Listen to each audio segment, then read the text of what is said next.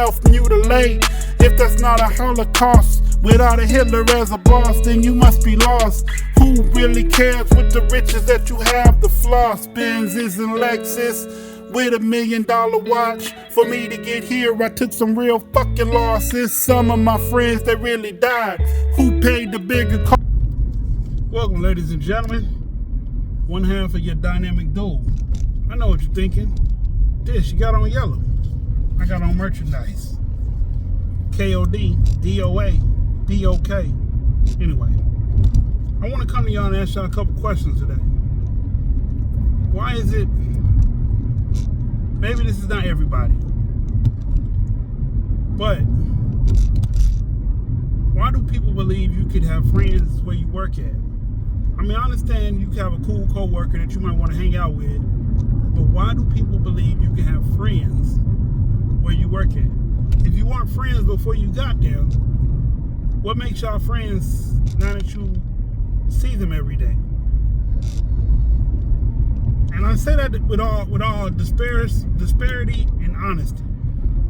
What drives people to call people their friend that they work with? Because believe it or not,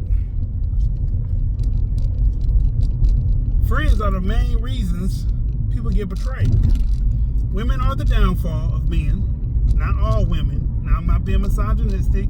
I'm not hating on women. I'm just saying there's a lot of people that lost their lives over women. The Battle of Troy was fought over a woman.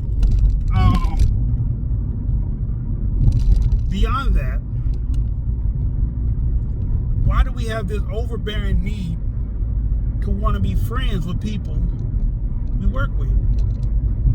I understand you see them more than you see your friends sometimes, but they're there for an objective. Your best benefit is not always what they're there for. Your friends, however, may not always be there for their best interest either. They might be there for your benefit too, but it's a little different because most of your people that you call your friends have exemplified something about them that you feel like is friend worthy. Well, at a job, what do they exemplify that's friend worthy? What do they do that makes you say, you know what? They're my friend. I'm just asking. One mind to another. And some people believe just because you have similar interests and y'all share a common idea that that's your friend. Or better yet, because they understand you. Now, I saw a meme that was kind of crazy. There was a lady, she said, people meet me and say, oh my God, you're so relatable, you're so understanding, you're so, I feel you, I feel who you are. And then they said, well, guess what? You too, Miss or ma'am, Mr. or ma'am, have a mental illness. Because I'm mentally ill and you're getting along with me, so you must be mentally ill too. If we took a moment and thought about that right there, for the equivalent of what it is, I'm mentally ill, you get along with me, you are mentally ill too. You just don't know it yet. That's deep. That is boom. Because they say a lot of people need therapy nowadays. A lot of people need a therapist or prescribed medicine. And everybody's afraid of medicine, but people do drugs. I'm just trying to make it make sense today. Look, this is Thoughts from Your Boy podcast, and one half of them, the dynamic duo, one half, and I'm just asking the questions that people want to know. You don't like medicine that could potentially help you. It might fuck you up in the first bit until they figure out what your calliope is, what your mixture is. But they take drugs that aren't prescribed and wonder why they're messed up. Like, just because you purchase these drugs and you take them doesn't mean that fits whatever's wrong with you. Maybe I'm going over some people's head. I'm just saying, you don't like medication, but you stay medicated on medicine that's not yours. Am I the only one that that's making sense to? If I'm a diabetic, I take insulin or whatever insulin type products they have.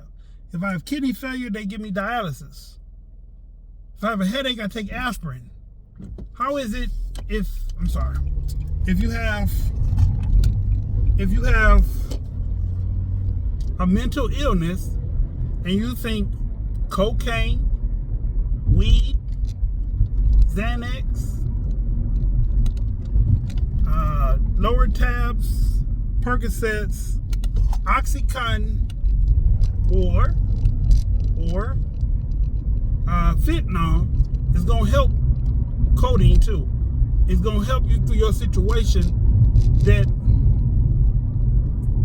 medicine ain't prescribed for.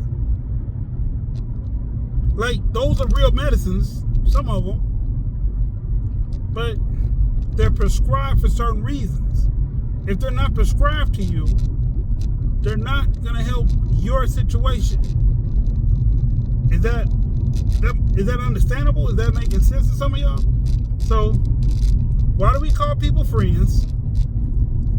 Why do we take medication that's not prescribed? And why are we all so afraid to sit down and talk to a therapist? Everybody's not out to get you. Sometimes looking at your point of view of why you feel the way you feel is mind-blowing to the kind of person you become. Because some of these things we just aren't aware of until we're made aware of them. So, hey, anyway, Talking and Rambles and Talking. I'm your host, this one half of the Dynamic Duo, Thoughts from Your Boy podcast. Peace.